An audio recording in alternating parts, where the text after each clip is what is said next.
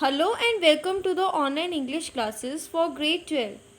Last time we were doing the explanation of the poem poem 4, that is A Thing of Beauty. So we were about to start the third stanza. Now in the third stanza, the narrator he now goes on giving us a list of objects of beauty, all what we can see in our nature. He says, according to him, the sun, the moon, the old and young trees, they all provide us shade to sheep.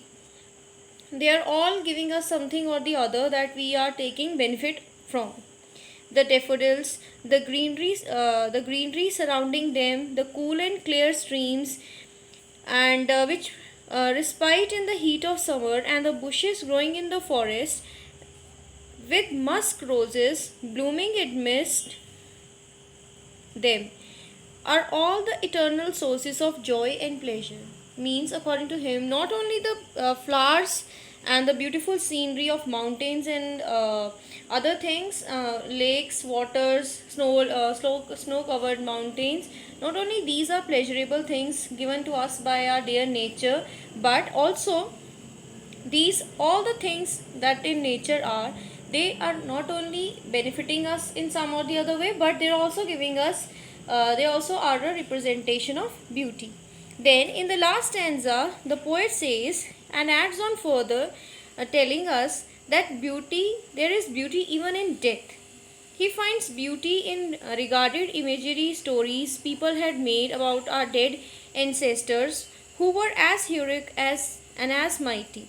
So there are so many things that one learns from the death also, that he believes that death is also a kind of representation of beauty, because the heroic and the mighty kings that were once moved on the earth, they showed us a great examples of bravery, of mightiness. So we have to learn a lot from them.